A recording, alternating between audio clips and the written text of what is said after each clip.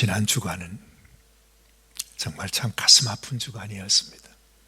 지난 월요일에 그동안 저희들과 함께 늘 시간이 날 때마다 혹은 저희 교회에서 이렇게 음식이 빵이나 샌드위치 재료로 쓸 수 있는 그런 빵이 생기면 사관님 꼭 저희들에게 연락을 해주세요. 왜 그러십니까? 그랬더니 그걸 가지고 샌드위치를 만들어서 저기 다운타운에 가면 홈리스가 많이 사는데 그들에게 나눠주면서 전도하려고 그럽니다. 그래가지고 저희들이 그냥 좋은 빵만 생기면은 그분에게 전화를 걸어서 오늘 빵이 나왔으니까 가져가십시오. 그러면 번개같이 찾아오셔가지고 그 빵을 가지고 가서 샌드위치를 맛있게 만들어요. 그러면서 그걸 사진을 또 찍어가지고 저한테 보내줘요. 사관님 보셨죠?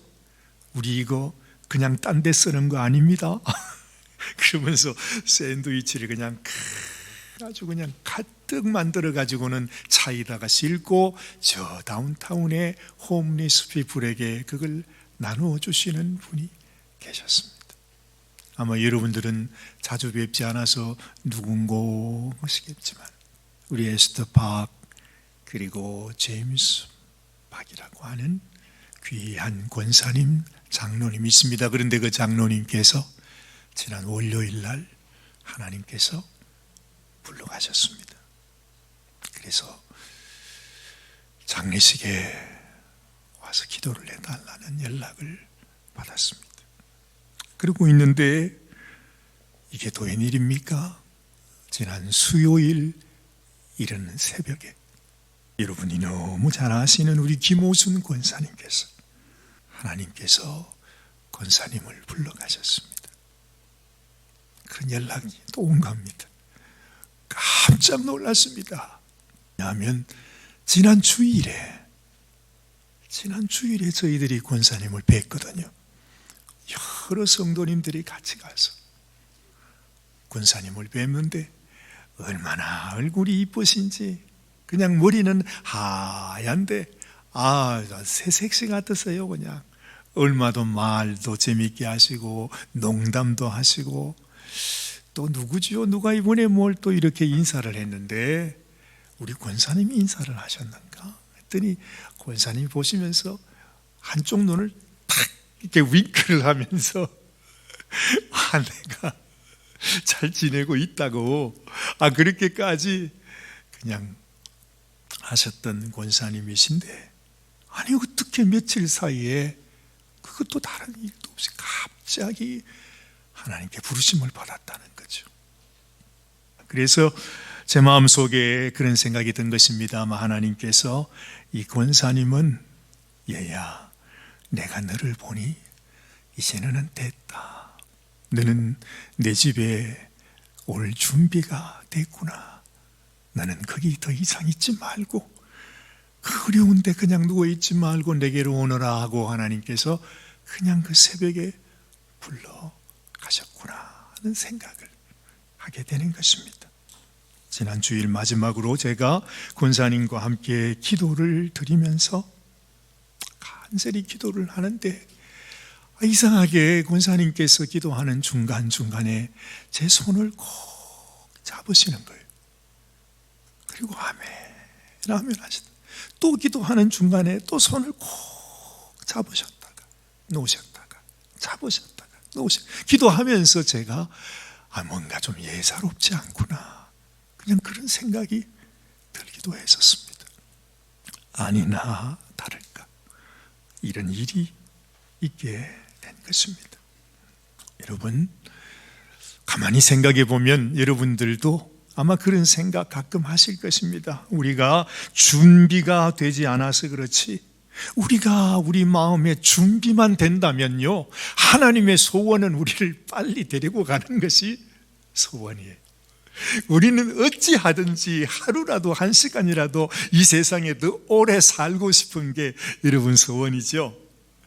근데 생각해 보면 이 땅에 오래 사는 게 복이 아니라 사실은 어서 이 땅에 짐을 벗고 아버지 예비하신 집으로 가는 것이 복입니다. 믿으시면 한번 아멘 하시기. 아멘 못 하시는 분들이 계시죠. 나는 더 오래 살아야지. 우리는 다 그런 마음이 있죠. 그런데 마음을 다시 바꿔보면, 그래요 하나님, 우리가 이 세상에서 내가 무슨 소망이 있습니까? 이 세상 부귀영화, 이 세상 모든 재물, 그거 있어봐야 사실은 다 그게 짐이 될 뿐이에요. 마음의 근심을 가져다 주는 게 세상 재물이잖아요. 우리가 하나님 앞에 먼저 갈 수 있는 것이 사실은 진짜 복이라고 하는 사실을 우리가 알게 되는 것입니다. 그래서 하나님께서 천년이 하루같이, 하루가 천년같이 우리 마음이 준비되기를 기다리시는 거예요. 그냥 데리고 갈 수도 있겠지만 그러면 큰일 나잖아요. 우리가 준비를 안 했는데, 내 마음에 회개를 하지 않았는데 그냥 들썩 데리고 가면 세상에 마귀란 놈이, 이놈은 내가 데려갑니다 하고 뺏어간단 말이죠. 그러면 하나님도 할 말이 없어요. 그래서 우리가 늘 마음속에 하나님, 나는 하나님의 것입니다. 순간순간마다 하나님, 나는 주님의 피로 죄 용서함을 받았습니다. 오늘도 나는 주님의 것입니다. 당신의 자녀입니다.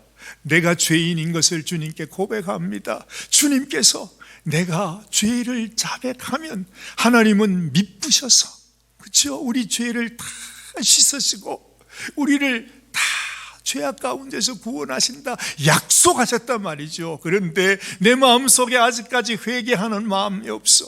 내 마음속에 예수님께서 나를 위해 죽으신 십자가의 그 은혜에 감사함도 없어. 사실 내가 교회를 나오지만 하나님 사랑하는 마음이 내게 얼마나 있는지 나도 모르겠어. 이러면 말이죠, 하나님도 장담할 수 없어요. 그래서 내 마음속에 항상 내가 하나님 앞에, 나는 죄인이었습니다. 죽을 수밖에 없는 죄인이었지만 내가 예수님이 흘려주신 보혈의 피로, 그 은혜로, 그 사랑으로 나는 하나님께 나갑니다 하는 이 믿음을 가지고 나가야 하는 것입니다. 이 믿음 있게 되시기를 주님 이름으로 축원합니다. 네, 그렇습니다. 하나님이 우리에게 내가 온전한 것처럼 너희도 온전해야 된다, 그런 말씀하잖아요. 그렇지만 하나님은 아세요, 우리가 하나님 앞에 온전할 수 없다는 것을 하나님은 아십니다. 온전하지 못하면, 우리가 거룩하지 못하면 하나님 집에 갈 수가 없습니다.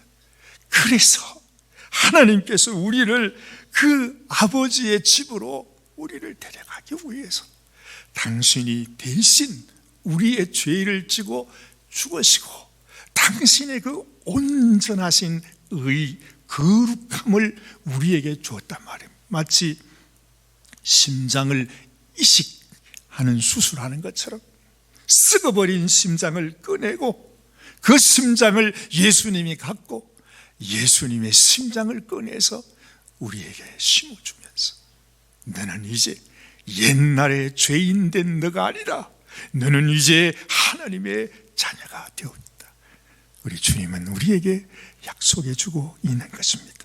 사랑하는 여러분, 우리가 잘나서 천국 가는 것이 아닙니다.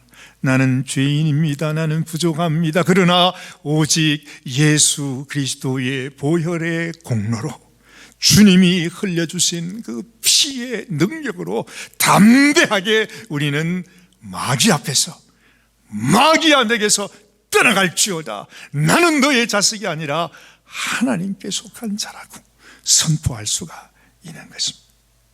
그래서 여러분, 항상 우리 믿음을 하나님께 보여드리면서, 하나님 그랬습니다, 나는 아직 못나고 부족해도 하나님 내게는 이 믿음이 있습니다.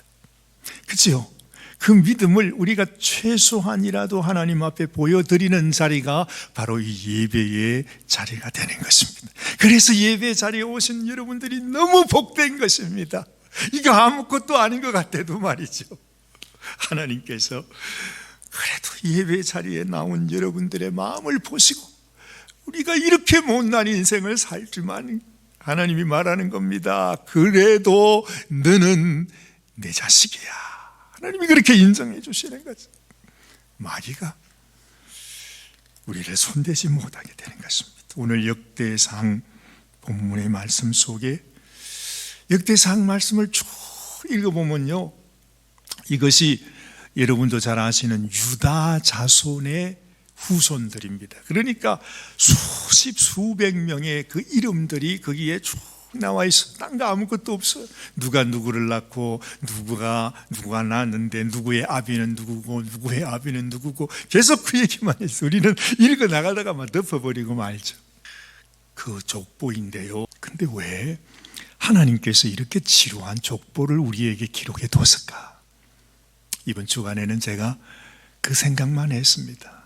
도대체 뭐 때문에 누가 이 족보에 관심이 있다고 말이지. 우리 족보도 안 보는데 무슨 여기에 딴 사람들 족보를 우리가 왜 봅니까? 그런데 하나님께서요, 이 역대상 말씀의 1장부터 장장 9장까지 그 긴 말씀을 누가 누굴 낳고 누가 누굴 낳고 누가 누굴 낳고 쫙 적는데, 오늘 이 부분은 바로 유다 자손의 족보가 여기 나와 있습니다. 뭘 의미하는 거겠어요? 우리는 한 세대, 두 세대 지나가면요, 저는 저희 할아버지 성함도 예전에 한번 들었는데 잊어버렸어요. 잘 몰라요. 여러분 자식들 그냥 우리가 이렇게 귀하게 키워도 몇 세대만 지나가면 누가 우리 이름을 기억합니까? 아무도 기억하는 사람 없어요. 그런데 기억하는 분이 한 분 계세요. 하나님은 기억해요. 족보를 기록한 이유가 뭐겠습니까? 그 말은 하나님의 책에는 우리의 이름도 거기에 다 적혀 있는 것입니다. 누가 누굴 낳고 누가 누굴 낳고 누가 누굴 낳고 쫙 있는데 딱 보니까 그 안에 세상에 무나무개가 하나님을 믿는 사람으로 이름이 딱 기록되어 있는 거예요. 그러면 하나님이 딱 삼해서 여기에 내 자식이 하나 있구나 이러면서 하나님이 딱 눈여겨보시는 것입니다. 자, 근데 말이죠, 오늘 여기 보면 아무도, 사실은 그렇습니다. 이 세상에서는 아무도 기억할 사람이 없는 것 같은데, 근데 하나님께서 딱 한 사람을 특별히 기억하셔가지고 대표로, 그 많은 사람들 가운데 대표로 소개해 주는 사람이 있습니다. 그 사람이 누구라고요? 그 사람 이름이 야베스라고 하는 인물을 뜬금없이 쭉 이름만 적어가다가 야베스를 딱 소개해 주는 겁니다. 근데 놀랍게도 이 야베스에게는 아버지 이름도 없어. 그 야베스의 형제 이름도 없어. 그게 무슨 말이에요? 야베스는 가문도 없는 사람이라, 애비가 누군지도 모르는 사람이라. 유다 자손인 거는 맞는 것 같은데 아버지 이름도 없지, 형님 이름도 없지, 어디서 나왔는지 조차 알지 못하는 사람이라는 거지. 뼈대 없는 사람이라, 누구도 기억할 가치가 없는 그런, 말하자면 쌍놈 같은 사람이라 할까, 아무도 기억할 이유가 없는 그런 사람이 바로 야베스였다 이 말입니다. 그런데 하나님께서 야베스를 기억하고 있습니다. 그러면서 야베스에 대해서 우리에게 소개를 해주고 있는 것입니다.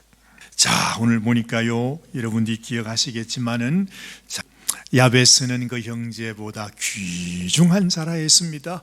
그의 어머니가 이름하여 이르되 야베스라 하였으니 이는 내가 수고로이 낳았다. 그래요. 이 야베스라고 하는 말 뜻이 말이죠, 놀랍게도 고통이라는 뜻이래요. 그게 바로 내가 이 애를 가지면서, 이 애를 내가 갖게 되면서 너무너무 고생했다 이 말입니다. 그래서 얼마나 고생했는지 그 아이 이름을 고통이라 지었어요. 그러니 그 야베스의 삶은 어떻겠습니까? 사랑받지 못하는 그 아들로, 아버지가 없으니 호로 자식이잖아요. 그 삶이 얼마나 힘들고 어려웠겠는가 하는 것을 우리가 알게 되는 것입니다. 그런데 놀랍게도 어쨌든 이 성경은 야베스가 하나님 앞에 존귀한 여김을 받은 존귀한 사람이라고 말씀해 주고 있습니다. 여러분도 살아가다 보면 혹시 그런 생각이 들 때가 있을지 몰라요. 나 같은 인생, 내가 살고 있긴 하지만 누가 나를 기억해 주랴? 나 같은 인생이 이 세상에서 내가 뭘 해도 내가 이 세상에서 무슨 내가 명예를 얻을 수 있으랴? 살아가는 인생 그냥 내 마음 내키는 대로 마음대로 살다가 가면 그만이지, 이 세상에 누가 나를 안다고 뭐 이러면서 말이죠. 근데요, 사실은 그렇지 않다는 거죠. 누가 알아요? 하나님은 보고 계시다는 거예요. 인생은 다 똑같습니다. 뭐 여러분들만 그런 게 아니라 제 인생도 마찬가지입니다. 그렇잖아요. 야베스 인생만 고통입니까? 아니요. 이 세상의 모든 인생은 다 고통입니다. 돈 많으면, 부자면, 명예가 있으면, 권력이 있으면 고통이 없습니까? 아니요. 고통은 더 많습니다. 그렇지 않습니까? 여러분이 잘 아시는 야베스의 그 고귀한 조상, 그 조상이 누구죠? 유다입니다. 유다는 누구입니까? 유다는 야곱의 아들입니다. 그러면 유다가 야곱의 장남일까요? 아닙니다. 유다는 야곱의 12아들 가운데 가장 어중간한 아들, 네 번째 아들입니다. 장남이 되든지 아니면 막내 쪽에 가깝든지, 그러면 사랑을 좀 받을 가능성이 있어요. 그런데 한 네 번째 아들쯤 되면요, 있으나 마나 뭐 애가 있든지 없든지 아버지가 신경도 안 씁니다. 그런 유다인데, 유다가 어떻게 돼요? 유다가 여러분 다윗의 직계조상이고 또한 예수님의 직계조상이 됩니다. 그 아들들이 많지만 그 아들 중에서 예수님의 직계조상 유다, 그 이름이 그토록 유명해서 지금까지도 하나님이 인정하시는 나라 북이스라엘과 남유다 이렇게 갈라지잖아요. 그런데 하나님은 북이스라엘은 치지도 않아, 족보에 나오지도 않아요. 이 남유다, 그 유다가 지금 이 이름하고 똑같잖아요. 유다가 그런 사람이란 말입니다. 그런데 제가 이 유다에 대해서 여러분들께 좀 소개를 해드리고 싶습니다. 여러분도 아시다시피, 여러분 우리는 야곱 생각하면 믿음의 조상이 아브라함인데 아브라함의 손자가 야곱이니까 야곱은 얼마나 거룩한 사람일까 대단하게 생각합니다. 정말로 야곱은 유명한 사람입니다. 오죽했으면 하나님께서 야곱을 이스라엘이라고 하는 이름을 주었겠습니까? 성경에서 가장 이름 높은 유명한 사람이 야곱입니다. 그런데 야곱도 우리와 똑같은 인생이었습니다. 별다른 인생이 아닙니다. 험한 세월을 살았습니다. 야곱에게 몇 명의 부인이 있었어요? 4명의 부인이 있었습니다. 거기에다가 애들이 12명이나 됩니다. 여러분 그 가정을 한번 생각해 보십시오. 편안한 가정이었겠어요? 아니요. 단 하루도 편안할 날이 없는, 이건 정말로 콩가루 집안 같은 집안이 야곱의 집안이었습니다.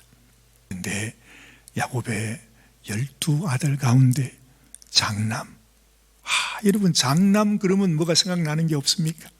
장남 그러면은 야곱이 생각나야 됩니다. 야곱이요 장남이 되고 싶어가지고 장자의 명분을 얻기 위해가지고 팥죽을 만들어서 형한테 갖다 주면서 형 나도 장자가 좀 되게 해줘 그래가지고 팥죽을 줬더니 에스란 놈은 이렇게 말합니다. 야, 장자라는 게 뭐냐, 나는 지금 배고파 죽겠는데 그 팥죽 내주고 장자는 니나 해라 그러면서 팥죽을 먹었잖아요. 그런데도 야곱은 그렇게 장자가 되고 싶었어요. 그게 그만큼 소중하니까 장자가 되어야, 맏아들이 되어야 하나님도 그에게 그를 통해서 축복이 이어져 나가니까 말이죠. 그 장자, 그렇게 가슴 사무쳤던 그 장자가 되기를 원했던 자가 야곱입니다. 그런데 야곱의 장자가 누구예요? 야곱의 장자는 르우벤이라 그랬습니다. 그러니 이 르우벤은 얼마나 엄청난 복을 받은 거예요. 12명의 아들들 가운데 장자가 됐어. 그런데 이 르우벤이라고 하는 이 아들이 세상에 아버지의 후처 4명의 아내가 있었다고 그랬잖아요. 그 마지막 아내하고 통간을 했어. 아버지의 침상을 더럽혀버렸어. 세상, 어떻게 어떻게 해도 막장 드라마도 어떻게 야곱의 가정에서 이런 일이 있냐 이 말입니다. 그래가지고 이 르우벤은 평생 자기의 이름이 나올 때마다 아버지의 침상을 더럽혔으므로 그의 장자 명분을 빼앗기고 말았다. 그런 집안이 야곱의 집안이었습니다. 그뿐만이 아닙니다. 두 번째가 레위, 세 번째가 시므온입니다. 이 레위와 시므온은 어떤 일이 있었습니까?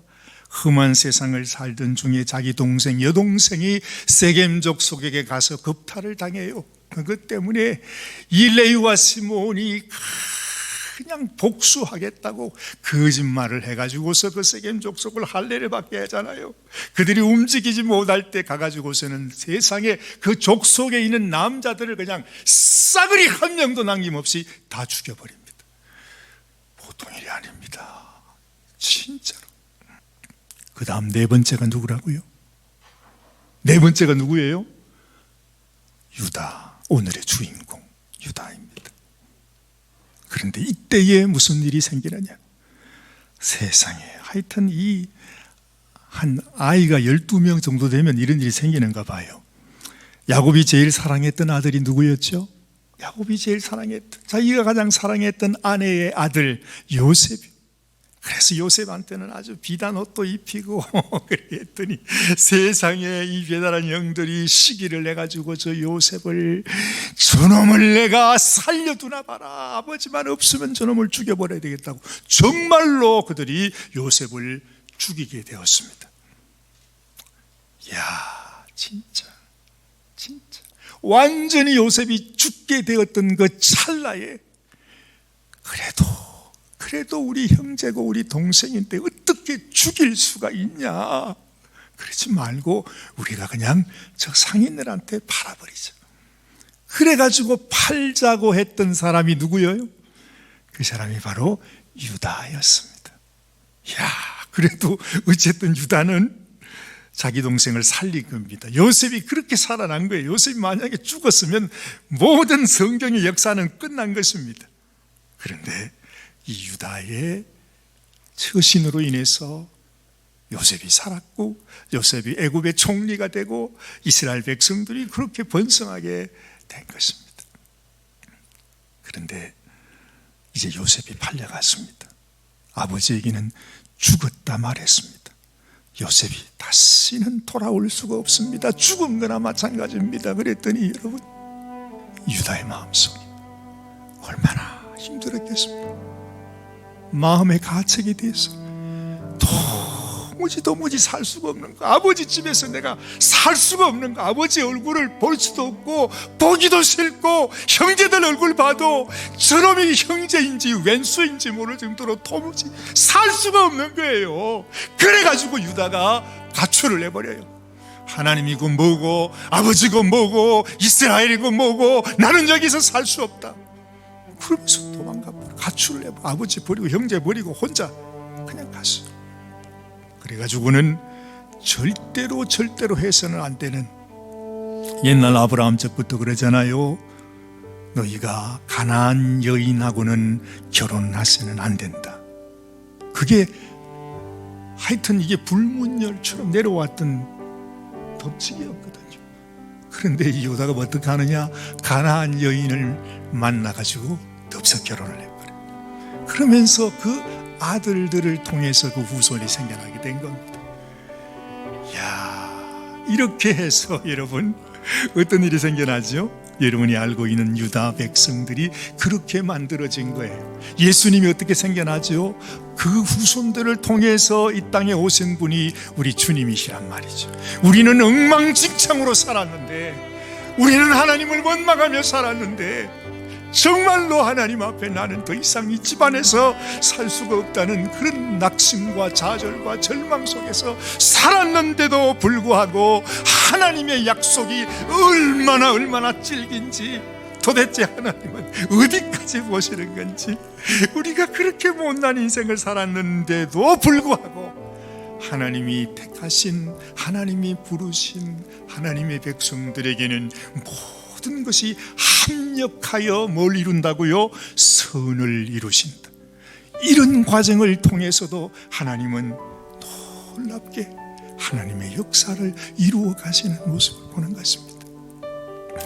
참 놀랍습니다. 여러분들도요, 나는 절대로 이제 하나님께 구원 못 받아, 나 같은 인생을 하나님도 나를 어떻게 고칠 수 없어, 회복시킬 수 없어, 그래서 여러분이 낙심하고 좌절하게 되는 날이 혹시 있을지도 몰라요.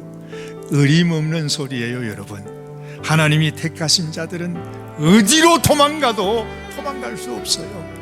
그러니 괜히 시간 끌지 말고 고생하지 말고 40년 동안 광야에서 방황하지 말고 일찌감치 하나님 항복입니다.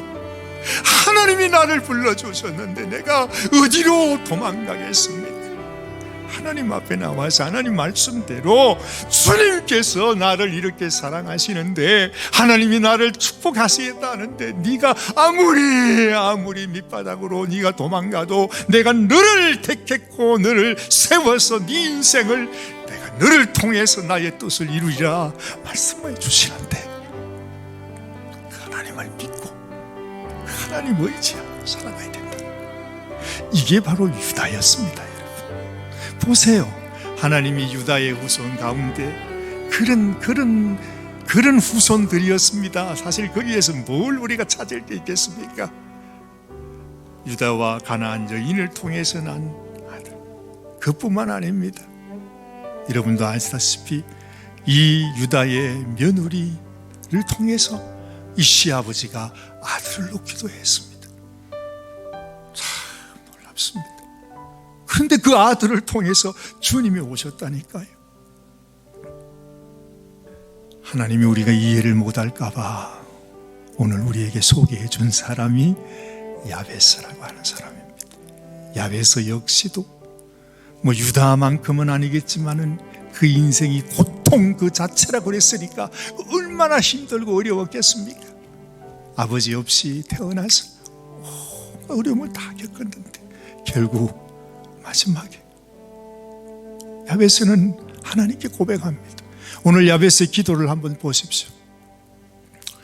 야베스가 이스라엘 하나님께 아뢰어 이르되 주께서 내게 복을 주시려거든.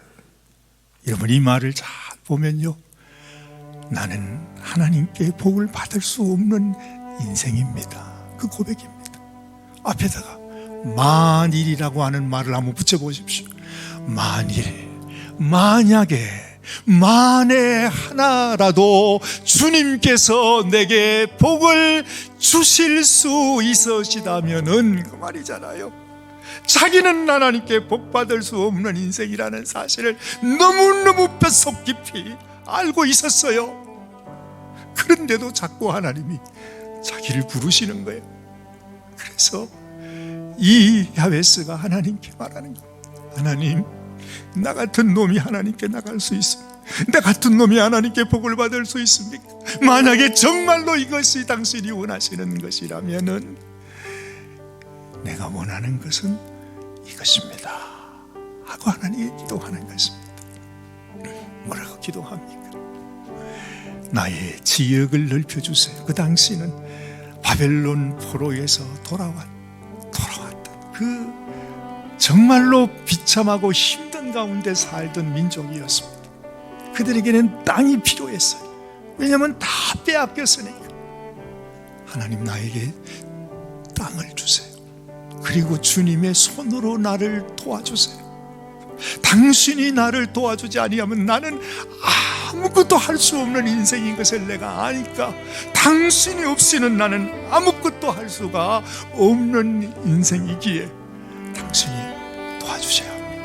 나를 환난에서 벗어나게 하시고 내게 근심이 없게 하옵소서. 이것은요, 우리가 하나님께 무슨 큰 것을 구한 것이 아닙니다. 야베스는 너무 자신이 얼마나 못난 인생인 것을 알았습니다. 자기 인생이 완전히 지금 부서졌고 멸망받았고, 자기 나라, 자기 민족 이제는 완전히 다 폐허가 되고 말았습니다. 아무것도 없습니다. 그러나 그런 가운데 하나님 당신이 나에게 그래도 복을 주실 수 있으시면 나에게 이런 은혜를 주옵소서. 그렇게 기도했는데 하나님 어떻게 했다고요? 하나님이 그 기도를 허락하여 주셨다 말씀합니다. 사랑하는 여러분, 우리가 어떻게 하나님 앞에 존귀한 인생이 되겠습니까? 하나님 앞에 어떻게 존귀함을 받을 수 있겠습니까? 우리 인생 이렇게 연약하고 부족하고 심지어는 죄악밖에 없는 이런 인생인데 우리가 하나님 앞에 어떻게 네가 참 존귀하구나 그런 말을 들을 수 있겠습니까? 길은 오직 하나. 그건 바로 나는 아무것도 할 수 없지만 하나님 앞에 하나님 나 같은 인생도 하나님께 복을 받을 수 있다면 하나님 주의 손으로 나와 함께하여 주옵소서. 기도하는 심령 내 마음속에 하나님 나는 아무것도 필요 없어요. 소용없어요. 내가 의지할 것 아무것도 없어요. 오직 내가 원하는 것은 당신의 손이에요. 당신의 도우심이에요. 당신의 함께 하심이에요. 그것만 나는 원합니다. 놀랍게도요, 사실 이 기도는 아무것도 아니에요. 그런데 기도하는 심정을 하나님이 받으시고 하나님이 그 심정을 아시니까 하나님께서 내 아들아 네가 얼마나 힘들었냐, 이 세상은 너를 몰라줘도 나는 너의 마음을 안다. 내가 너를 붙들어 주리라. 내가 너를 버리지 아니하리라. 내가 너를 네 형제 그 어느 누구보다도 너를 존귀한 자라고 여기노라. 하나님이 그 야베스를 하나님이 안아주셨다는 것입니다. 왜 이 족보에 이 야베스가 나옵니까? 아니, 야베스는 아버지도 없어요. 형제 이름도 없다니까요. 그저 고생했던 어머니, 모친이라는 이름도 아니고 그 모친의 통곡이 나오면서 하나님은 야베스를 우리에게 보여주는 것입니다. 무슨 말입니까? 바로 네가 나의 야베스다. 너희가 나의 야베스인 줄 알아야 된다. 나의 존귀함은 네가 나를 바라보고 나에게 부르짖고 나에게 기도하며 네 소망이 나라고 하는 것을 네가 고백할 때 나는 너를 축복하여 주리라. 유다를 통해서도 야곱을 통해서도 야곱의 자녀들을 통해서도 또한 오늘 야베스를 통해서 하나님은 우리에게 다시 한번 이 확성기를 가지고 얘들아, 이것이 너희가 존귀하게 되는 길이다 말씀하시는 것입니다. 기도하십시다. 하나님, 이 세상에 우리가 존귀하게 되는 길이 어디에 있겠습니까? 우리는 존귀한 인생이 아닙니다. 우리는 존귀할 수도 없습니다. 그러나 오직 하나님께서 우리를 위하여 부어주신 그 놀라운 은혜와 사랑을 내 마음속에 깊이 생각하고 기억하면서 하나님께 기도하며 주님, 당신의 손이 나를 덮어주시고 지켜주시고 나를 안아주시고 만져주시고 위로하여 주시고 나를 축복하여 주시는 당신의 축복이 없이는 나는 아무것도 아닙니다.